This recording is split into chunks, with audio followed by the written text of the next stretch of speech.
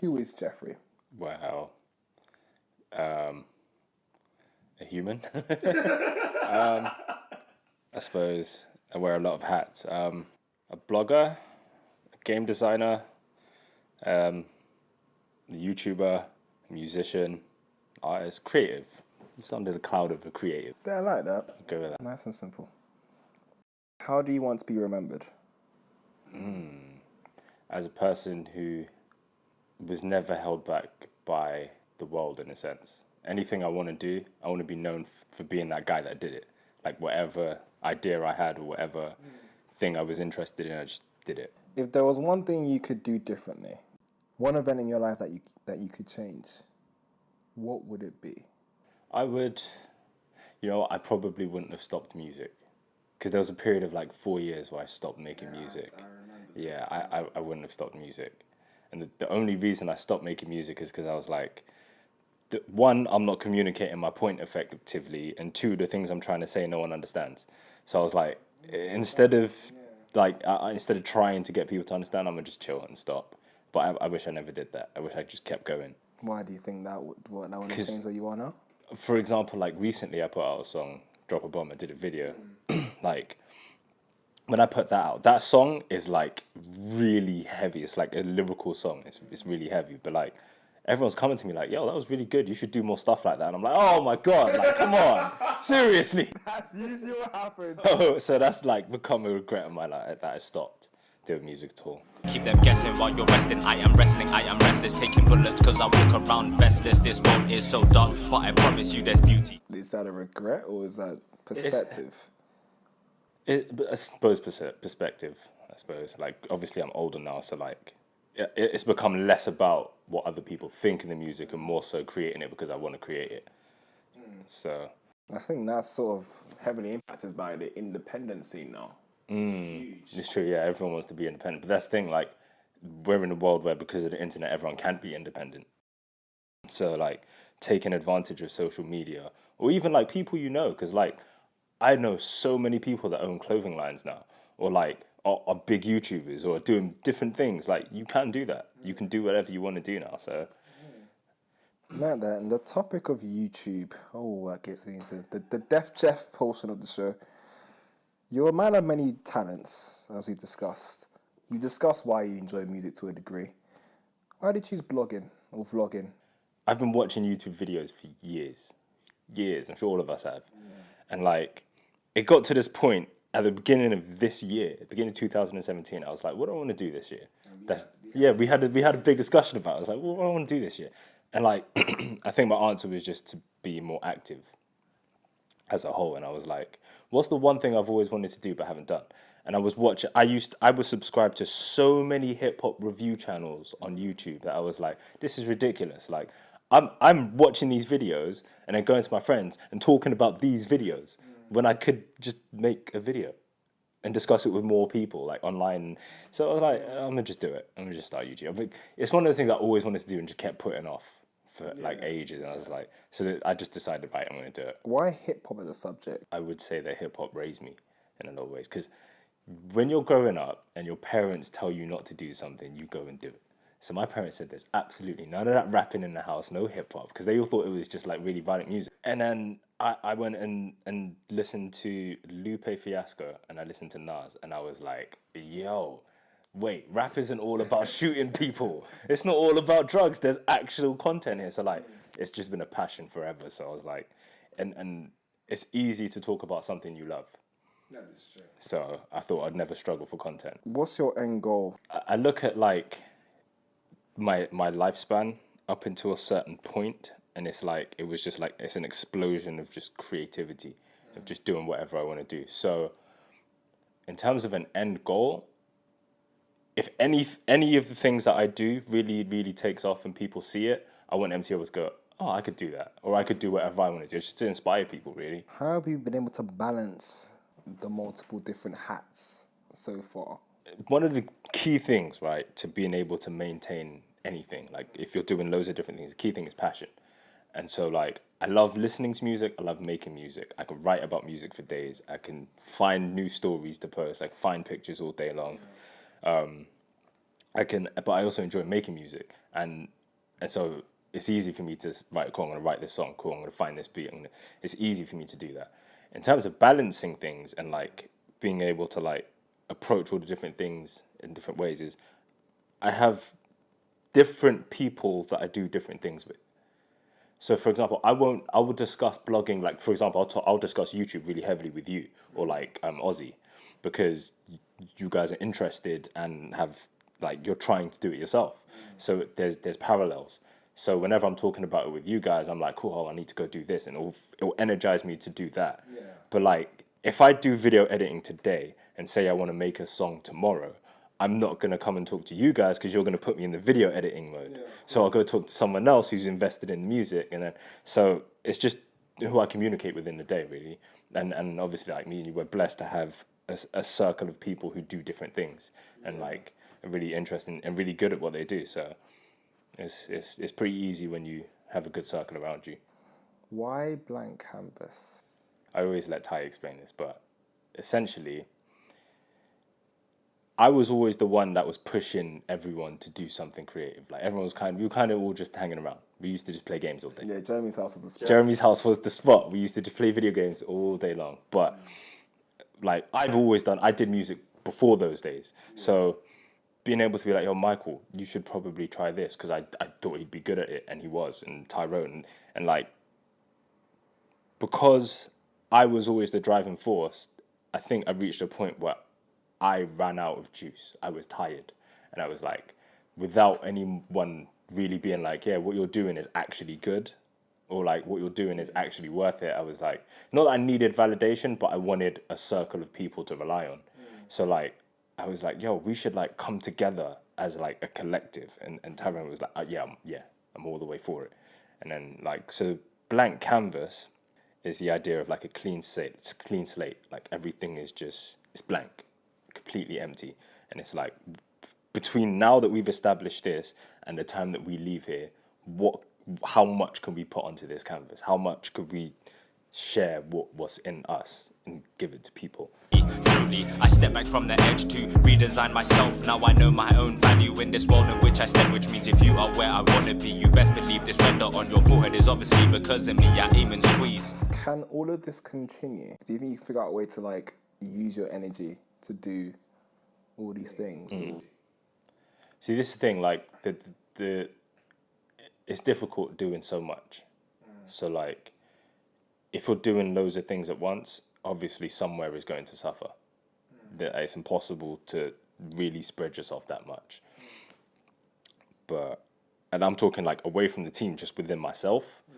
This is why like music has suffered and things like that. But I don't know if it can continue, as in, what, the multiple different everything being just all over the place. But like, one of the good things is now like my music, I'm almost kind of able to merge Def Jeff and my music. Oh yeah, you massively. So I could put that together and put my music out. I have a bigger audience and people actually like the music. So that sort of minimizes things, so I don't have to expend as much energy there as I would elsewhere. For example, like my games design, I do that for me, so it's not a thing that has to necessarily be shared with people. So that's like minimal. So I think in terms of that question, I've already kind of started downsizing things, because I know I'm about to start a full-time job, and it's time is not going to be there. So I started sort of downsizing things to be a bit more manageable. But yeah, I think it will be doable. Cool. And you've talked about how Karkari is your middle name. Why the two different names? Because I know for a fact that there's some people who will listen to the music because it's me. Like they know me previously or whatever. Like they'll listen to the music because it's me, but they don't necessarily care for all the hip hop stuff. So I just wanted to make sure that there's a clear, distinct, like separation between Jeff the hip hop fan and Jeff the artist. Because if it's all together, I think it's a bit too messy. But I like to have like the distinction between the two. But it all comes down to blank canvas. All comes under blank canvas. Your top 5 artists. Oh man. And why? Oh man. Man, it changes every single time someone asks me. It does. That's why I think I may know one. But you know what? There's constants. So I think the one you know is probably Nas. Yeah. because he's forever on my list, immortalized. Lupe Fiasco. I want to say Outkast. I don't know if that counts as one or two because they're a group. They're a record creation, so I'll give you that as Cool. one. So Outkast, that's 3. Kanye West, because Kanye West changed my life and everyone else's life. Yes. And the last one, believe it or not, is probably Lil Wayne, because a lot of people don't like Wayne. And in fact, I'm doing a whole video dedicated to Wayne, because this is serious. The disrespect of Lil Wayne that's going on in the world right now is unbelievable. Like, okay, fair enough, yeah, auto-tune, whatever, but the guy can rap. He can really rap. So that's my 5. If you ask me again in like 2 minutes, it's probably going to change, except for Nas and Lupe. Top 5 albums. Illmatic, Food and Liquor, Ready to Die, Me Against the World, 36 Chambers, Wu-Tang. Okay, I'm gonna ask you why. It may have something to do with the times that I heard them. So like Nas was one of the first rap albums that I heard, and I was like, yo, like it blew me away. Like it blew everyone away. Anyone who hears Illmatic for the first time is like, whoa. So I think Illmatic, that speaks for itself. Food and Liquor, first time I ever heard Lupe Fiasco was Touch the Sky. And then I heard Food and Liquor, and Food and Liquor, I'd say Food and Liquor influenced the way I rap the most out of any album in the world. Yeah, like Lupe Fiasco probably made me rap, honestly. So, yeah, Food and Liquor was a heavy album for me. Like I listened to it a lot. I'm gonna get to like 36 Chambers, right? So, because Ready to Die and Me Against the World, that's Biggie and Tupac. That's like if you're growing up in the 90s, that's easy. But like 36 Chambers, I heard 36 Chambers by Wu-Tang really, really, really late.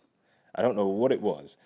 I didn't have a grasp on the fact that Wu-Tang was loads of rappers in a group, and they could put out an album of all of them, and Wu-Tang almost inspired me to want to build something like Canvas is now. Like everyone does their own thing, everyone moves separately, but like when it's time to go, those guys form up like Voltron and just rap. And so yeah, 36 Chambers was like it showed me that you can build yourself up individually, but also build up your crew and stick with your crew through all the years, because they've been around for years, and they just released another album, and I'm listening to it like, how are you still doing this? It's been like 2030, it's crazy. So yeah. Top 5 songs on why. You have 2016, 2017. Right, okay, cool. I'll start with The Story of OJ, Jay-Z. It's incredible. Underwear by Jid.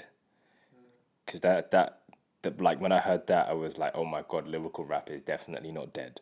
Like that song really. Well, the Americans love us actually. You know what Joe Budden was saying recently? What'd he say? He was saying how he's adamant British rappers are better than American rappers now. He'd be right. He'd be right. Oh, Keep It 100, Joyner Lucas. That song is dope. I'm torn between Babylon on Joey Badass's album and I can't remember the name of the song, but it's a song that has like Flatbush Zombies. It's got Kirk Knight on it. It's got like a whole bunch of people. It unified 3 crews in New York. Can't remember the name of the song, but there's that one. What's that, 4? I think that's 4. One left. I kind of avoid Kendrick's album because it's too easy. But if we're talking specific songs, Duckworth. In order for you to get to where you got to, there was a journey. But then you went to uni. Oh yeah. And you didn't finish. Why? Right. So this goes back. This is crazy. You asked me this. This goes all the way back to the you're going to be a doctor conversation. Yeah, I remember this. Because initially I was supposed to go to uni, study medicine, and it didn't happen.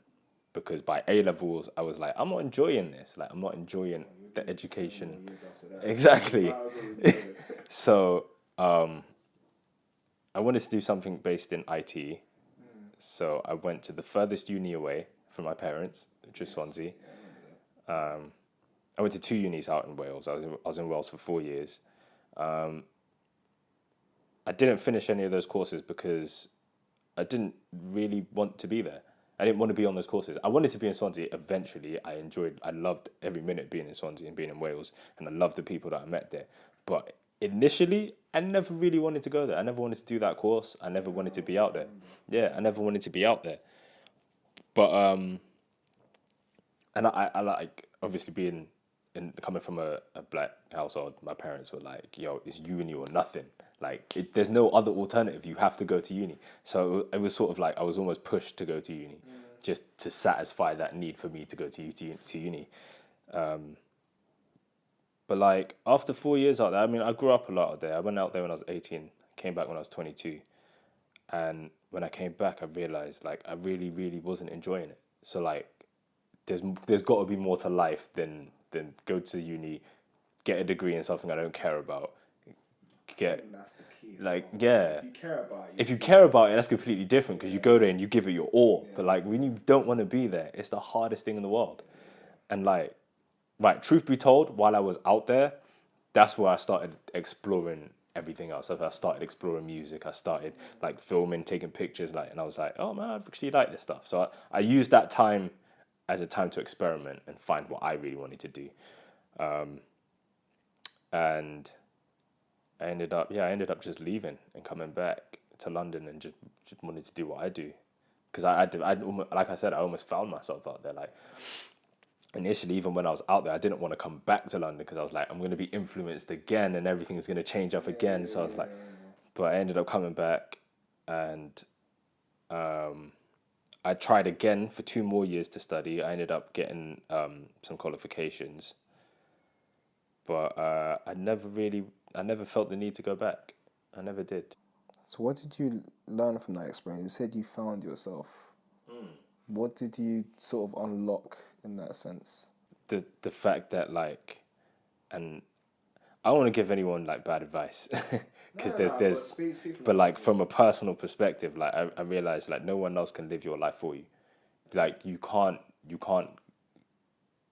live based on what someone else says you should do, because if you don't want to do it, you're going to be horrible at it.